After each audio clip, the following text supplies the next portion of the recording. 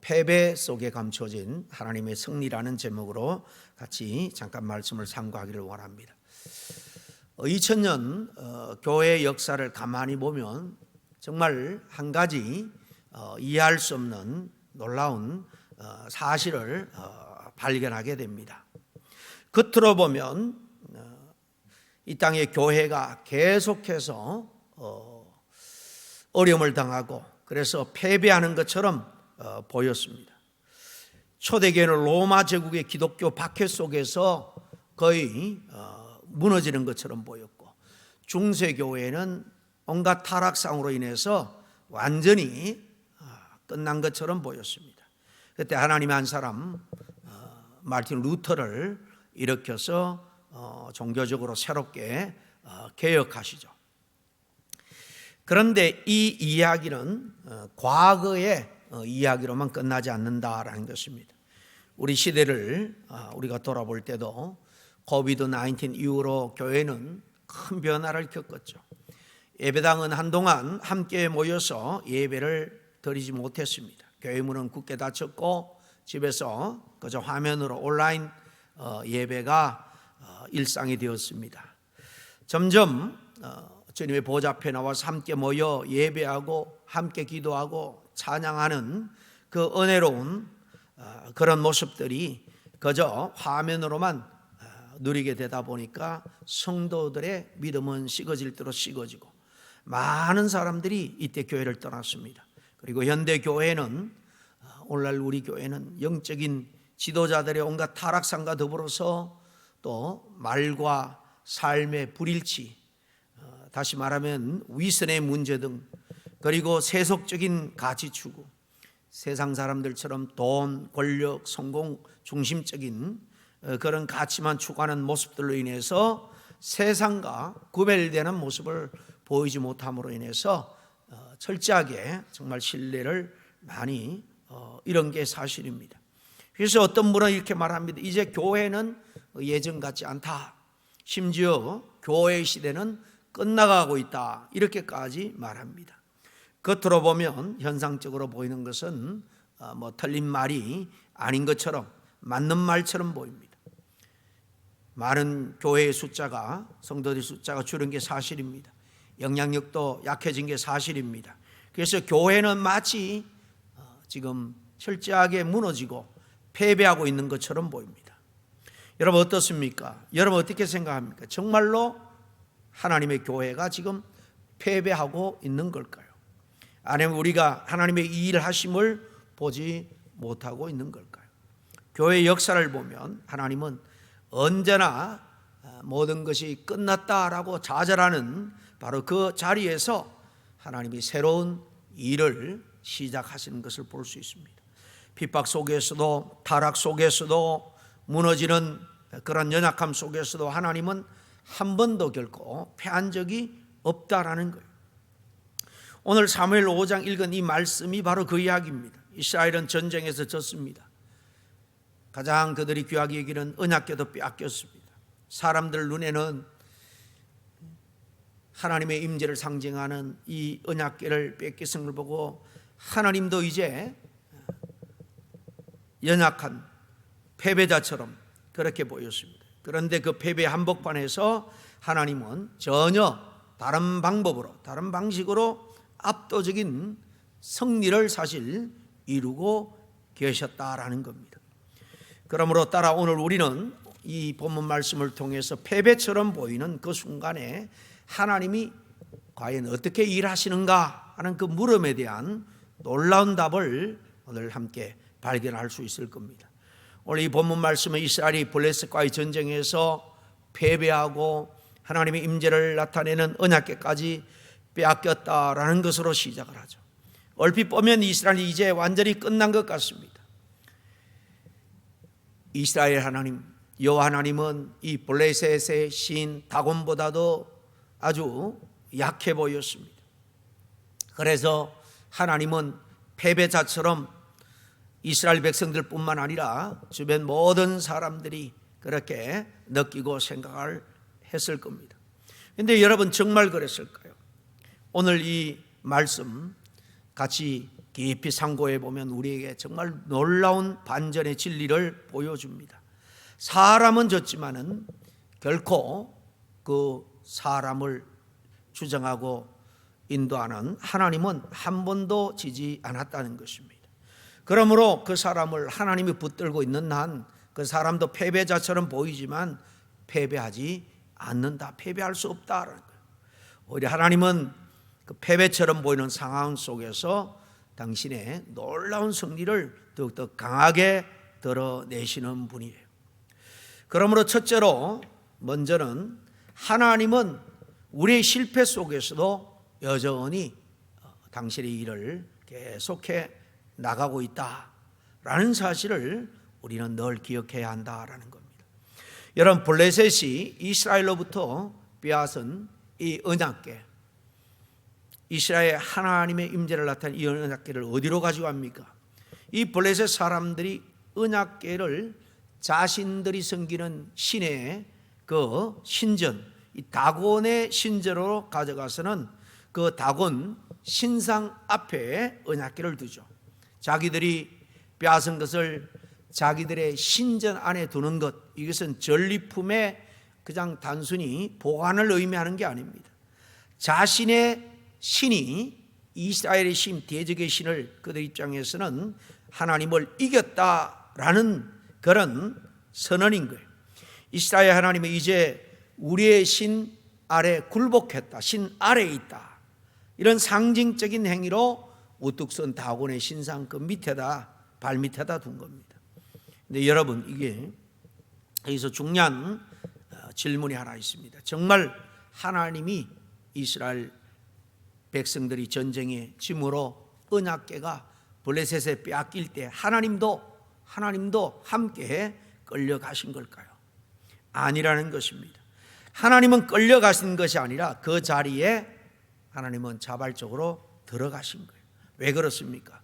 그 후에 되어지는 이 언약궤로 인해서 되어지는 일, 그리고 결과를 볼 때에 하나님은 우상을 섬기는 그들과 싸우러 들어간 거예요. 이스라엘은 전쟁에 졌습니다. 그러나 하나님은 전쟁을 결코 끝내지 않았어요. 하나님은 여전히 대적들 한복판에서 당신의 일을 하고 계세요. 싸우고 계세요.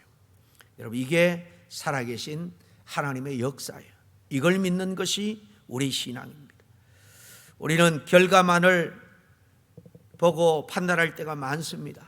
그래서 모든 것이 다 끝났어, 망했어 라고 생각할 때가 있죠. 그런데 하나님은 결과 그 뒤에서 엄밀하게 일하시는 분.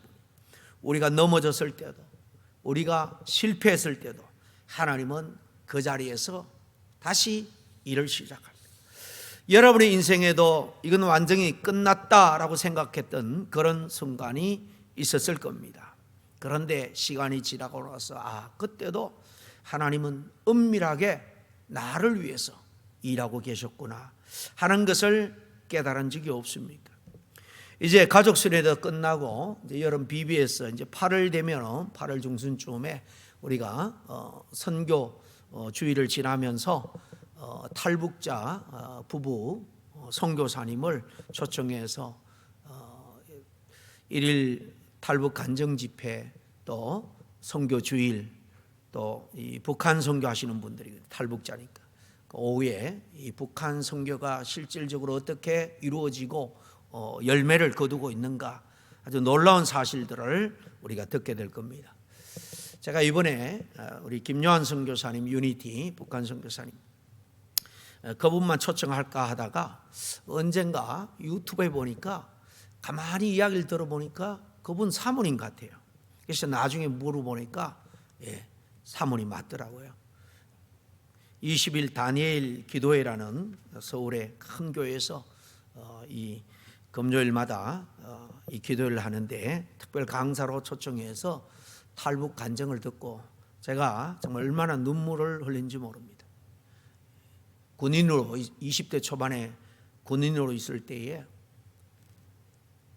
자기 아버지, 어머니, 그리고 누나가 먹지 못해서 죽었어요.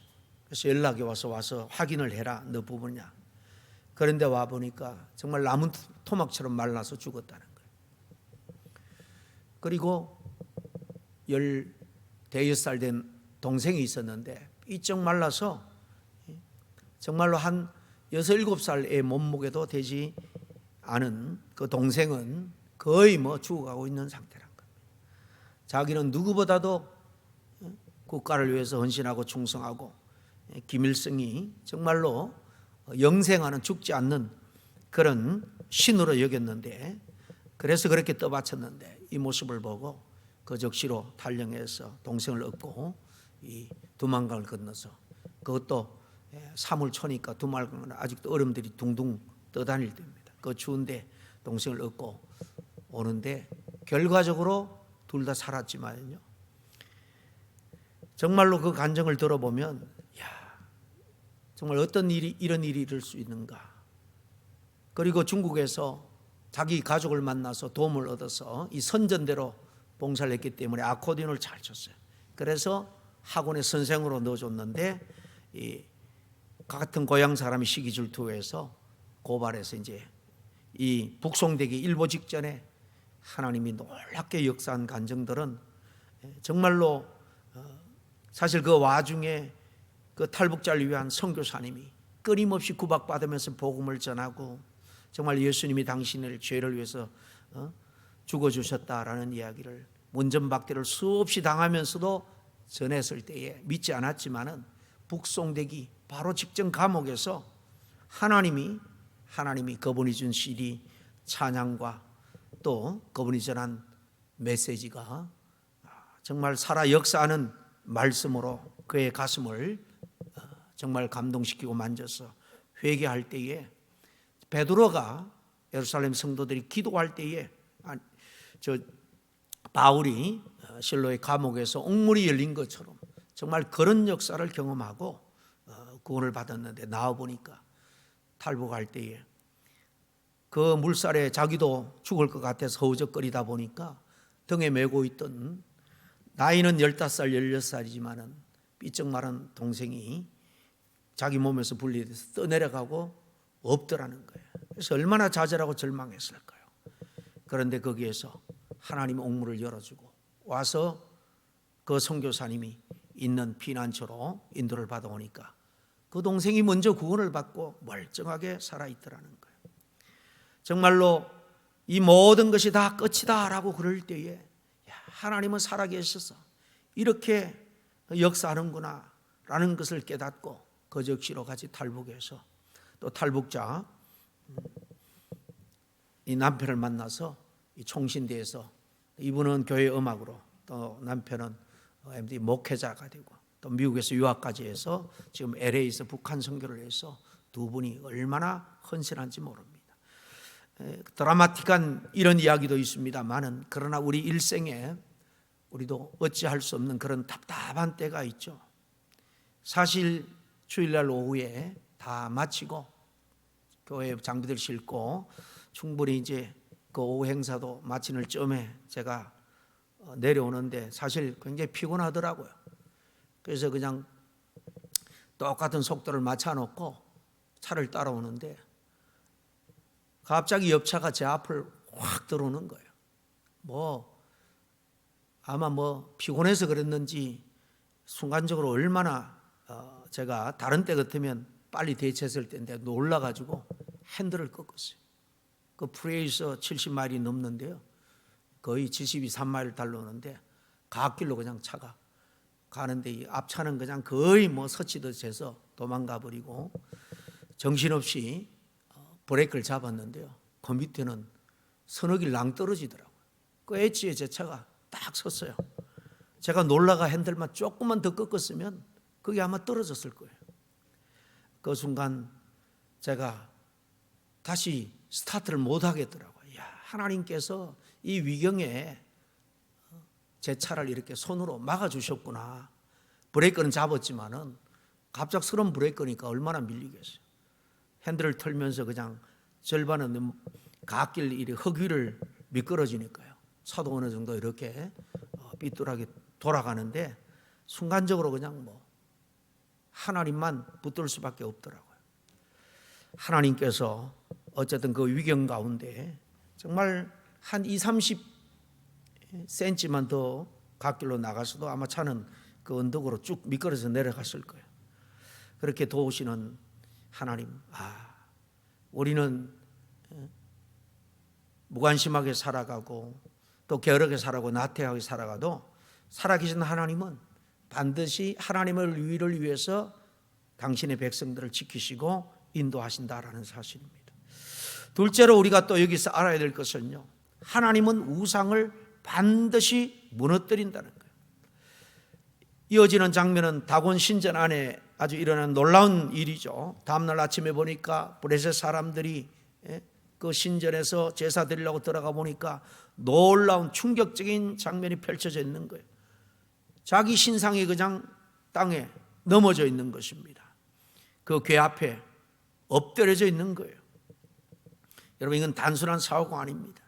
이건 다곤 신이 하나님 앞에 예배하는 모습이에요. 하나님께 엎드린 것, 절하는 겁니다. 이 모습을 본 블레셋 사람들이 얼마나 당황했을까요? 도대체 간밤에 무슨 일이 일어난 거지? 급하게 다시 일어세웁니다. 그런데 다음 날은 더 충격적인 일이 벌어지죠. 다곤 신상이 넘어졌는데 그냥 넘어진 것이 아니라 머리는 떨어져 나가고 두 손목이 다 부러졌습니다. 완전히 이건 패배선입니다. 보통 머리는 권위를 의미합니다. 손은 능력을 상징하죠. 그게 다 잘려나갔다는 겁니다. 너희들이 믿는 신의 권위, 능력, 우상의 권위와 능력은 아무것도 아니다라는 것을 보여줍니다. 여러분, 이런 일련의 모습들이 무엇을 의미하는 걸까요? 하나님은요, 우상을 반드시 심판하고 무너뜨린다라는 겁니다. 사람이 세운 신은 결국 무너진다는 거예요. 그게 어떤 형상이든 사상이든 권력이든 그것이 아무리 크고 아무리 화려하고 아무리 강해도 하나님 앞에서는 버틸 수 없어요. 그런데 여러분, 오늘날 우리 삶에도 다곤 우상이 늘 우리 함께 하고 있다는 사실을 우리가 알아야 됩니다. 그 다곤은요, 돈이 될 수도 있고 성공이 될 수도 있고 명예가 될 수도 있고 자존심이 될 수도 있어요. 심지어 사역자들은 사역하는 일이 다곤이 될 수도 있습니다. 우상이 될 수도 있습니다. 우리가 하나님보다도 더 의지하는 우상, 그게 바로 다곤이죠. 하나님 없이도 살 수 있다고 착각하게 만드는 그 모든 것들이 다 다곤입니다. 여러분, 하나님은 그것을 그냥 두지 않으신다는 겁니다. 하나님의 사람에게 그 우상은 반드시 하나님이 부서뜨리고 처단해요. 때로는 우리가 하나님처럼 붙잡고 있던 것이 갑자기 무너질 때가 있습니다. 하나님은 우리를 망하게 하려고 그렇게 하는 것이 아니라 하나님보다 더 사랑하는 그것을 제거하기 위해서 그렇습니다. 혹 나도 모르게 다곤처럼 내가 의지하는 것이 있다면 우리는 빨리 내려놓아야 됩니다. 하나님이 처리하시면 물론 그 우상을 깨트립니다마는 그것이 깨트려질 때에 우리도 함께 고통을 받게 된다는 겁니다. 여러분, 하나님은 신자의 인생에 들어온 이 다곤을 반드시 무너뜨린다라는 것을 기억할 수 있기를 바랍니다. 마지막으로 하나님은 당신의 영광을 스스로 회복하신다라는 사실을 우리가 알아야 됩니다. 오늘 이야기 뒷면으로 가면 더욱더 심각해지죠. 다곤이 무너진 것으로 끝난 게 아닙니다. 재앙이 이 블레셋 사람들에게 임하기 시작합니다. 독종이 퍼지고 사람들이 고통 속에서 신음합니다. 하나님은 언약궤가 가는 곳마다 두려움과 공포가 퍼집니다. 아스도드에서 가드로, 그리고 가드에서 에그론으로 언약궤를 옮길 때마다 재앙이 따라다닙니다. 이게 무슨 의미일까요? 하나님은 결코 전리품이 될 수가 없다는 겁니다. 블레셋은 언약궤를 승리를 상징하는 그런 전리품으로 여겨 의기양양하게 가져왔죠. 그러나 그것은 오히려 그들에게 심판의 중심이 되고 맙니다. 여러분, 하나님은 결코 이용당하지 않으세요. 이스라엘도 그걸 몰랐죠. 그래서 언약궤를 전쟁터에 들고 나가면 그저 그걸로 이길 줄 알았습니다. 블레셋도 당연히 몰랐습니다. 그래서 그것을 가져오면 그들은 더 강해질 줄 알았습니다. 하지만 둘 다 틀렸죠. 하나님은 사람이 이용할 수 있는 그런 존재가 아니라 스스로 하나님은 영광을 드러내시고 회복하는 분이에요. 결국 블레셋 사람이 어떻게 됩니까? 더 이상 견디지 못하고 이 괴를 이스라엘 진으로 돌려보내려고 결정하죠. 놀라운 장면입니다. 전쟁에서 이긴 쪽이 패한 쪽으로 전리품을 자발적으로 돌려보냅니다. 결국 하나님이 스스로 승리하셨다라는 증거입니다. 사람 하나 쓰지 않고 또 군대 하나 희생시키지 않고 하나님이 사실 혼자 싸우셔서 이 모든 일을 다 이기시고 이룬 거예요. 여러분, 이게 성경의 오늘 가르침이에요.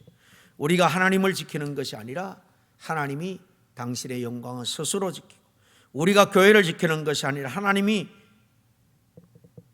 독자의 피값을 하신 교회를 스스로 지킵니다. 우리가 인생을 지키는 것이 아니라 하나님이 피값으로 사신 우리 인생을, 우리 영혼을 친히 붙드신다라는 겁니다.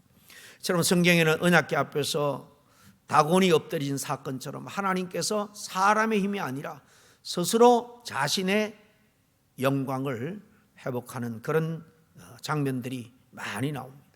예를 들어 엘리야 시대에는 갈멜산에서 하나님이 친히 하늘로부터 불을 내려서 바알이 아니라 여호와 하나님이 참 하나님이심을 드러냈습니다.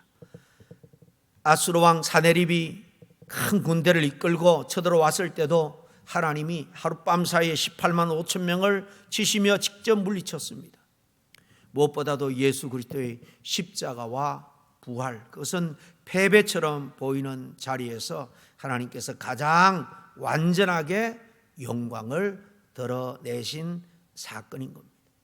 이런 다 하나님은 우리에게 의존해서 영광을 유지하는 분이 아니라 인간의 실패와 인간의 좌절과 어둠 속에서 스스로 하나님은 자신의 영광을 드러내시고 회복시키시고 하나님의 일을 다시 시작하신다라는 것을 보여줍니다. 정리하면 이스라엘은 졌습니다. 완전히 졌죠. 그러나 하나님은 결코 지지 않습니다. 하나님이 실패 속에서도 일하셨고 우상을 무너뜨리셨고 자신의 영광을 스스로 회복하셨음을 우리는 오늘 말씀을 통해 알 수 있습니다. 그러므로 우리에게 혹시 기도가 막힌 것 같고 정말 상황이 점점 어려워지고 무너지는 것 같고 모든 것이 끝난 것 같아도 그 자리에서 하나님은 하나님의 백성을 위해서 새 일을 시작하신다라는 사실을 우리는 늘 기억해야 될 줄로 믿습니다. 우리는 질 수 있어도 하나님은 절대 지지 않습니다. 그러므로 하나님은 하나님의 사람이 지금 패배한 것처럼 힘겨워할 때 포기하지 않고 승리를 만들어 가시는 분이다. 이것이 바로 우리 하나님이다라는 사실을 기억하고 좌절과 낭망의 순간에도 결코 주저앉지 않고 믿음으로 일어서는 우리 모두가 될 수 있기를 간절히 바랍니다. 잠깐 기도하겠습니다. 하나님 아버지, 우리 눈에는 패배처럼 보이는 순간 그 속에서도 여전히 멈추지 않고 일하시는 하나님에 대해서 오늘 깨닫게 해주시니 감사합니다. 우리 안에 다곤 같은 우상이 있다면 깨트려 주시고 하나님보다 더 의지하는 것들을 우리가 스스로 내려놓게 해 주시옵소서. 하나님을 이용하려 했던 어리석음을 회개하게 하시고 하나님의 주권과 영광을 전적으로 드러낼 수 있는 그런 참 믿음을 우리에게 허락해 주시옵소서. 어떤 상황에서도 하나님은 결코 지지 않고 패배하지 않는다는 사실을 붙들고 믿음으로 주님 편에 서서 주님과 함께 승리하는 삶을 살게 해 주시옵소서. 예수님 이름으로 기도합니다. 아멘.